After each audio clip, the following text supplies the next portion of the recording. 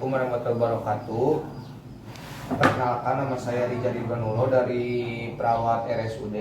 Di sini saya akan melakukan tindakan tentang melatih batuk efektif. Oh iya.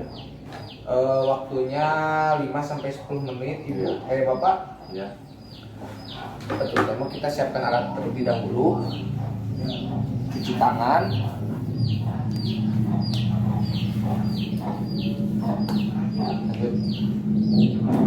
Sebelum saya mengajarkan dulu bagaimana cara batuk efektif.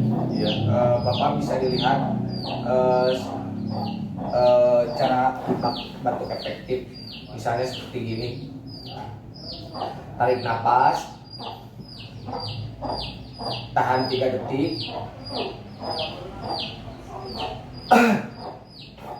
Sekali lagi, kita ulang, Pak. Tarik nafas, tahan 3 detik, keluarkan.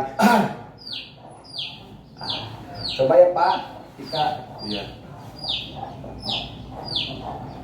Kita coba, Pak. Kita siapkan untuk dahaknya. Ayo, Pak.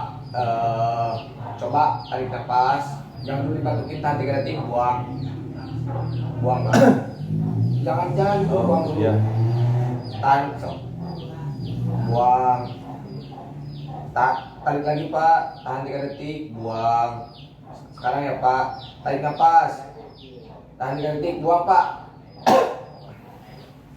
Sekarang ini dahaknya lanjut ke bisa diberikan ke laboratorium. Iya.